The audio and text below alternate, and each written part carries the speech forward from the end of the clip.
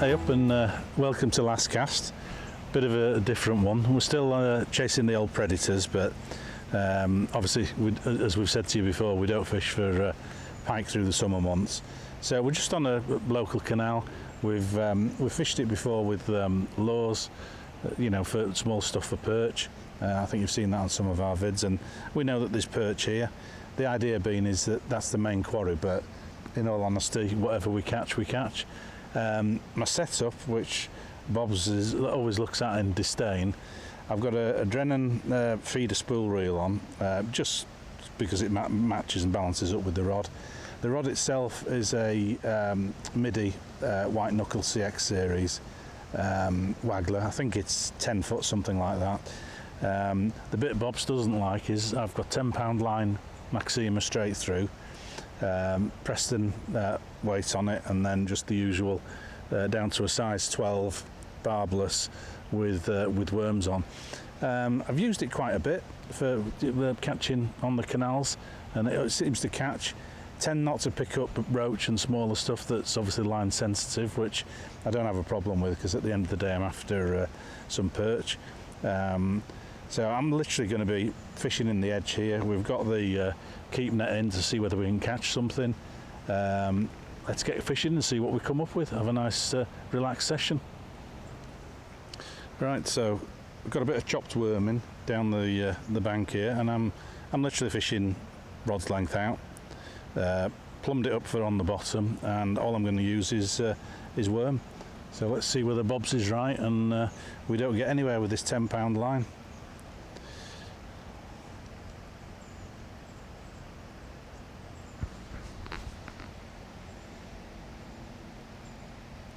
Oh, interest already. And there we go. Tell you what, Bob's 10-pound line's a load of rubbish. That must have taken all of 30 seconds. Nice little perch. What we're looking for is the one that'll eat that as breakfast. Just rejig. How I hook my worms, I mean, everybody does them differently. Normal thing is you hook them in one end or you hook them in the neck, etc. I tend to like to hook them in the middle, so that you end up with it sloping down on both sides. If I'm not getting any interest, just nip off one end, but because I fed it here with chopped worm, we should be all right from that point of view. What you tend to find with perch as well is once the worm's dead, it becomes harder. There's a nice one just gone to it there, I can see it. Oh, and we're in. Better put the net in for that one. Not a bad start. You can see the size of my net, so you obviously see what I'm hoping to go for. It's certainly not my pike net that you're used to seeing me with, but nice little perch. Into the keep net he goes. And let's get a worm back on. So the old fallacy of them being line shy has in the first few minutes of fishing has gone right out the window. So I'll stop talking now and we'll just fish for a bit and see what we come up with. Let's say hooking them through the middle. Little tip with your worms as well, because we tend to buy them in kilos. Keep them moist, but they don't want to be soggy.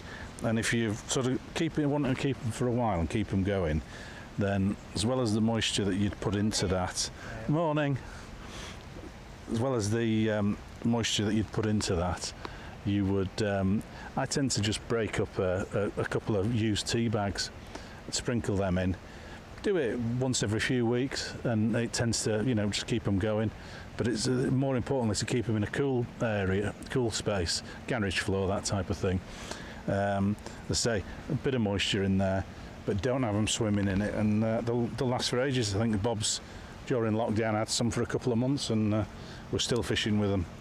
So let's have a go again, see if we can get number 3. As I say, I'm literally under rod tip here. Because of my laser eyes, I can see the perch coming in on this. We're only in a couple of foot of water. There we go. Oh, didn't feel massive. Must have just been sucking on the end of it. Let's have a go. With where I'm fishing here, excuse me, by the way, where I'm fishing here, could do it with a pole as well. I've plumbed up out in the channel, but because there might be a bit of canal traffic coming up, I think it's moving now. There we go. Because there might be a bit of canal traffic coming up and down, I come on, out the swim. I've plumbed up into the edge, bait wise, so that make sure there's nobody behind me. So that, you know, if we do get a boat coming through, that one's come off. Again, another good reason. If you're fishing for perch, I always use barbless hooks for no other reason than we all know how greedy they are and how quickly they take them down. But another little nice one unhooked itself into there.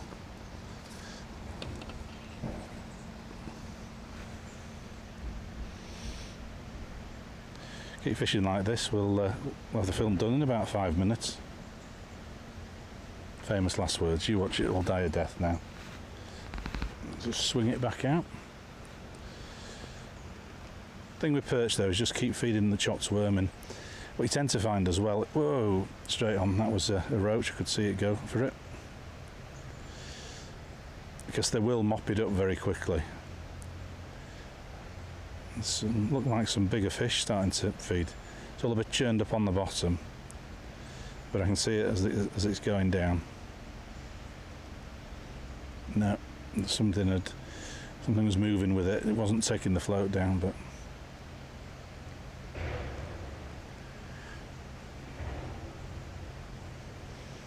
as I say, I can tell the feeding because we're starting to get the mud coming up off the bottom.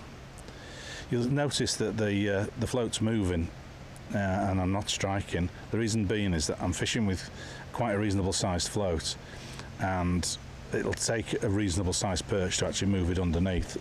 So if it's moving like it start with, that's off, then it's usually a smaller one just got hold of the end of the worm.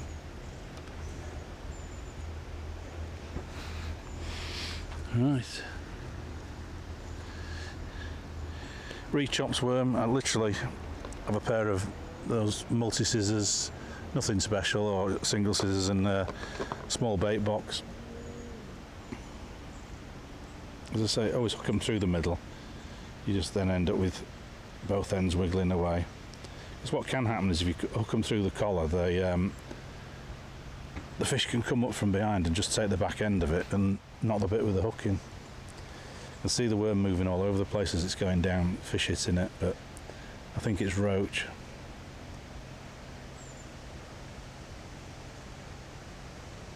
Here we go. No. Again, you will get some missed hits when you first put in the full worm, because they, unless they're the bigger perch, they're obviously picking it up by one of the ends. But as it gets nibbled down, you've more chance of connecting with them then.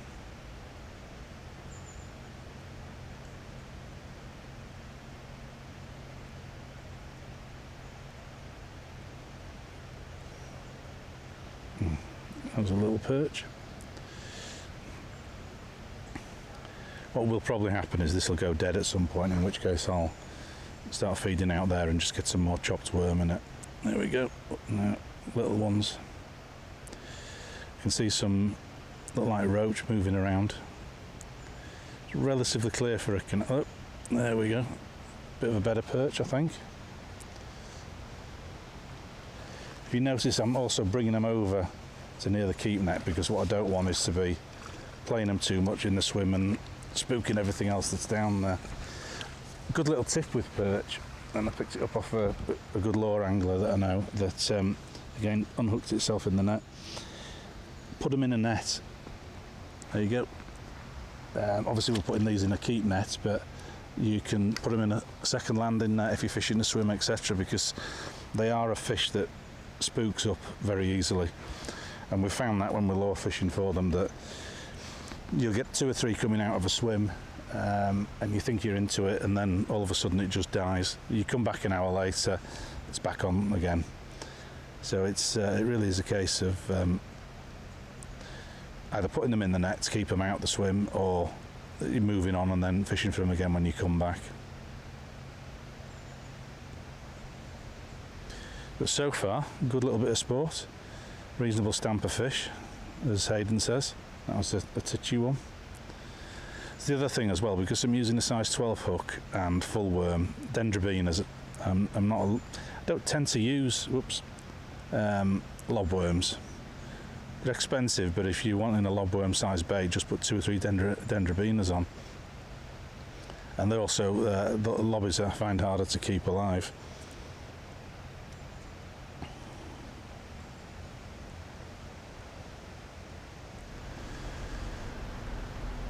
I think there's a boat coming because the current started to move.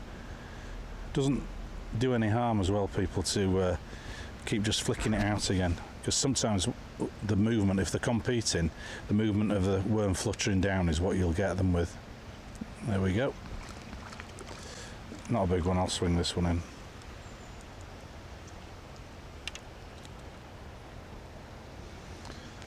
It's gone a little deeper.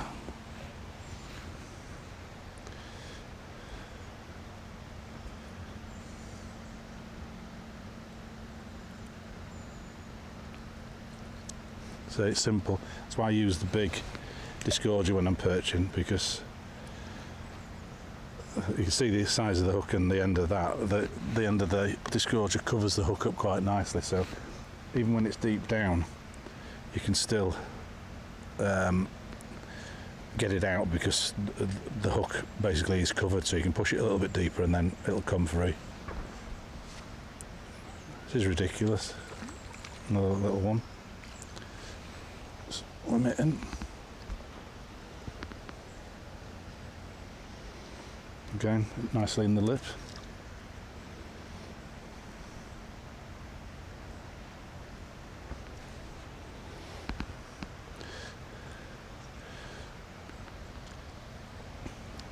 Bob's is just a bit further down the bank. He's fishing further out into the middle with much lighter tackle than mine for roach, and I think they're catching roach and dace just on single maggots. So if this dries up, I might pinch his rod, although he doesn't know it yet, and see whether we'll see whether we can switch those on. But right here, right now, I don't think this is showing any chance of drying up. Hell of a head of perch. What's always nice on a canal as well is there's always that chance something special's going to turn up. As I say, we lure fish this quite a bit with the little mini lures, and we've had some nice perch. It looks a little bit bigger. As I say, my clutch is set, but it's set relatively tight because of the line I'm on. For no other reason than I'm fishing quite a tight swim, and I want to, if you notice, as soon as I'm hooking, I'm taking the fish out to the right hand side. A little bit bigger, that one.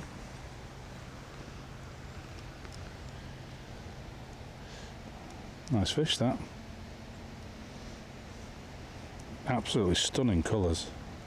I don't know if you can pick that up on the camera. Look at the colouring on that. Beautiful. In you go. Thank you, fish. And again, as with piking, you've just got to, you know, with all our fishing, you've got to give the fish respect, because you know, they're the future stock.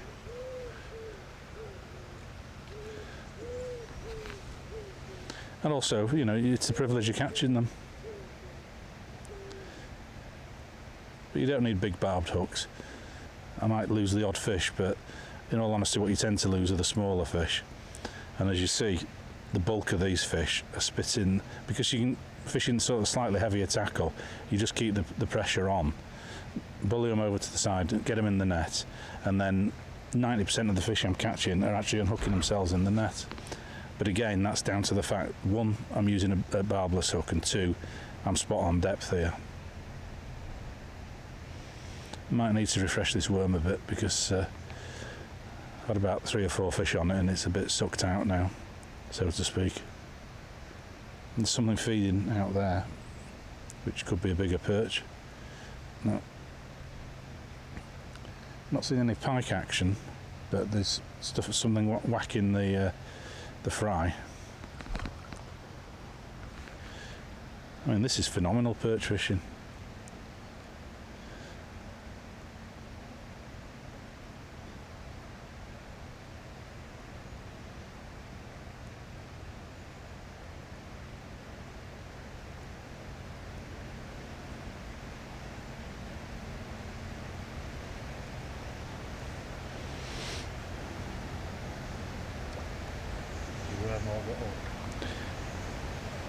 Yeah, they're not. It's in it. I think I need to refresh the worm and get it moving, because I can see the fish coming to look at it.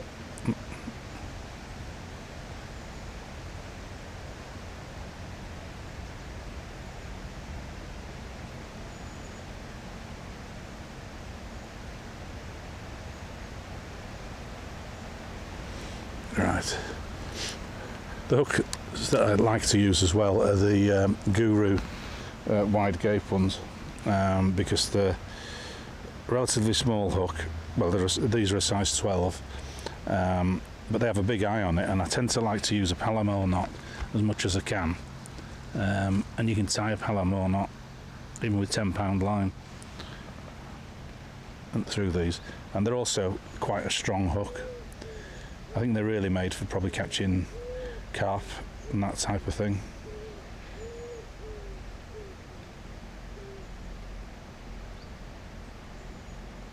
There we go. So you get a bit of movement back in the worm, and let's see if it picks up the sport. Yeah, can see things hitting it on the way down.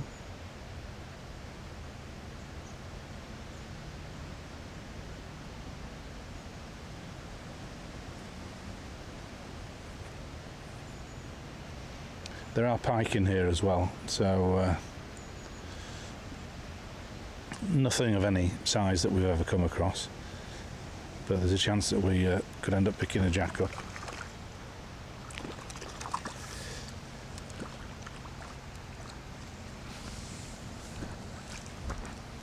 So again, unhooked itself. Thank you, Mr. Perch.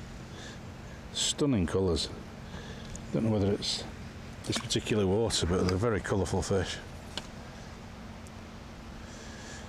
And as you've noticed, I'm really using my rod as a pole, because I've not once had my bail arm off yet, unless I'm rebaiting.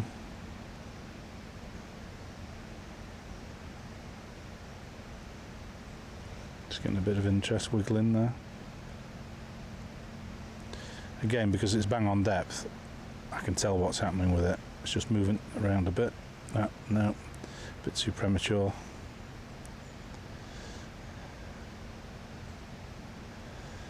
They're absolutely blasting through the perch. I can see them shooting through from the side and missing. Oh. There we go.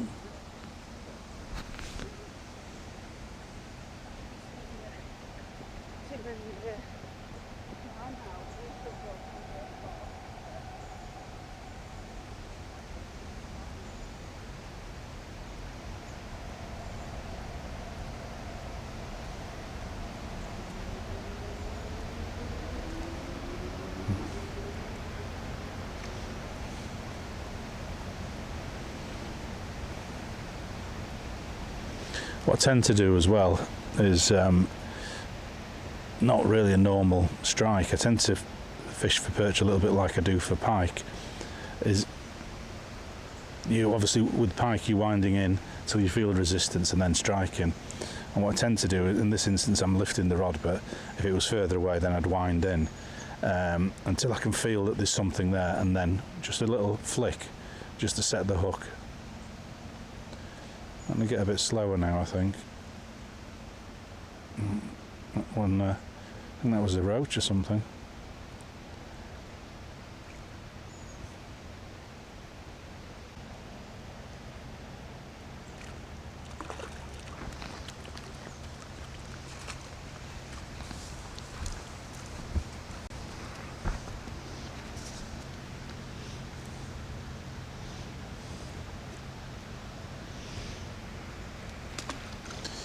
Right, it's gone a bit quiet down here now, slowing down a bit, so what I'm going to do is I'm going to get in a bit of chopped worm and then leave it alone.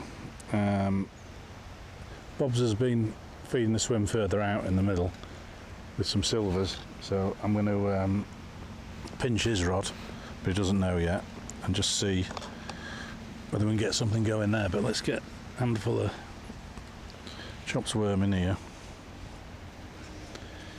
see if we can't get this revitalised. And let's put a bit of soil in with it as well, because obviously as you're chopping the worms up, all those amino acids, which are what you want in there, are coming out, and they'll soak into the soil, which again will take it all down with it and attract the fish in.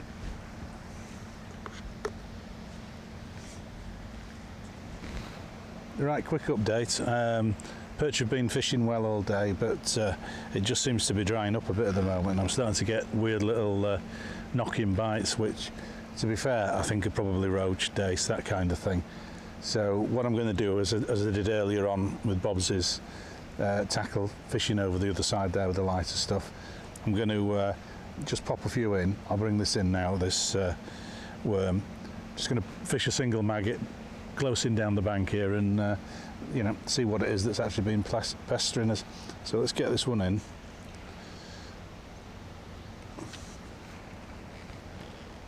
Then I'll no. There you go.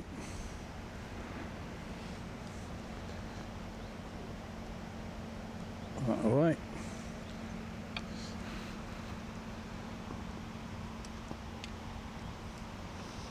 And then I'll go, as I say, light a tackle and see what we've got down here.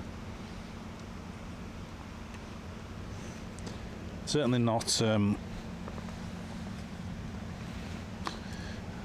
perch, by the way that they're biting, but just a single red. Let's see what we get.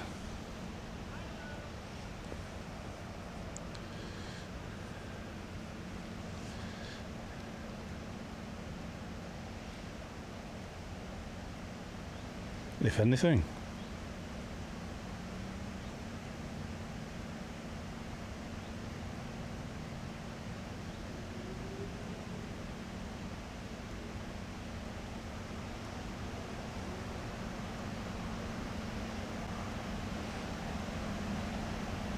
Just slightly off the deck, this one, rather than fishing flat on the bottom. Just right on the edge here where the drop off starts. And there we go. Let's bring that one in.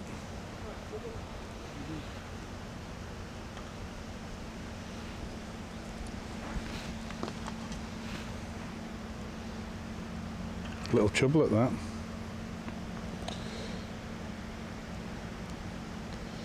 Good to see for future stocks. There we go. Tiny little hook. Well, as you can see there, we're picking up some nice little silverfish, which is obviously what's been plaguing us. Had a couple of perch as well, which I'm wondering if they just switched off the worm for some reason, and we might have to go, if we still want to keep taking the perch, a couple of maggots or something like that. There we go. I mean, these are literally hitting the water, and there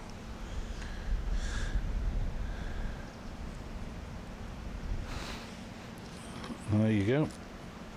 I'll probably have a couple more of these, and then not really my bag, so I'll probably switch back over to my bigger stuff now I know what they are. Come on, little one. There we go. Have a couple more. Quite a few of them out now.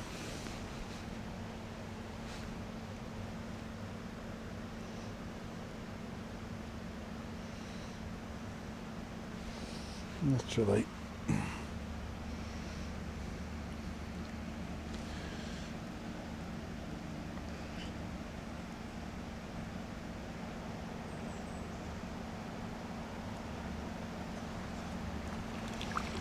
Oh, that was a nice roach. Was it? There's a perch. Roach has got stripes on. I just saw the fins. Look down there. Hmm. If you've got a pike set up. Don't know. Wonder if it's worth just lobbing a load of chopped worm in. Try and turn them back onto that.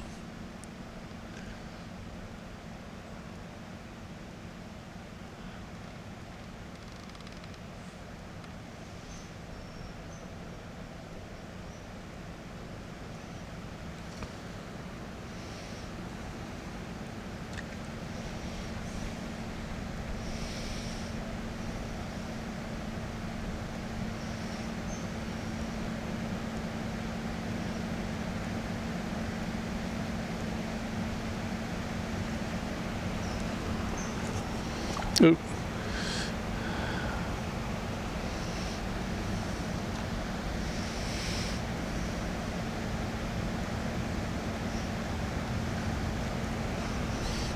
And it's fish is chuck here at the moment, but as I say, it's not really my bag and what I'm after. So we've had a fair few beautiful fish. I'll go for one last one of these silver things, and then I'll switch back over to my more robust methods. But again, just shows you, you know, I'm fishing heavier stuff and not picking up any of this. Bob's has got much lighter tackle on, and you know the sport's there if that's what you're after.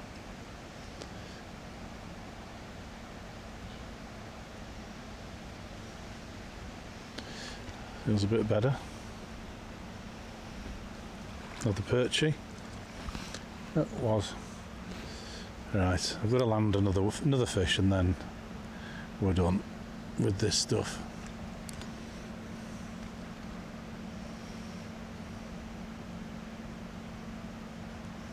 There we go. There we go. So Hayden, if you're watching, I can catch silverfish as well. Fish without teeth.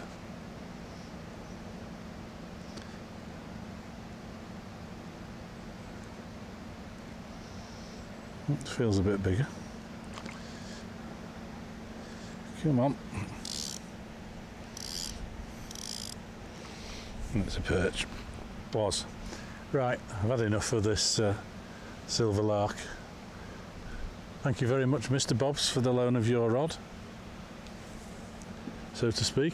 Right, they've totally switched off as far as worm's concerned, so I've got to catch a last fish, so I'm going to borrow Bob's rod again and go ultralight and see whether we can pick anything up from that. Here we go.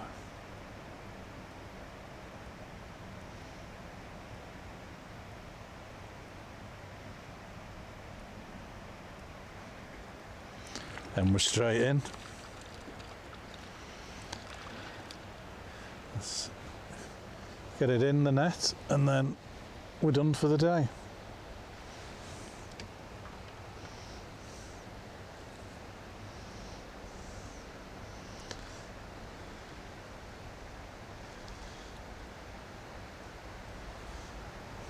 There we go. Thank you, Mr. Bobs, for the loan of your rod. Lesson learned. I could probably do with bringing 2 rods in the future. Right, that's the end of the day. There's we can pick that up on the camera, but there's a fair bit of perch in there.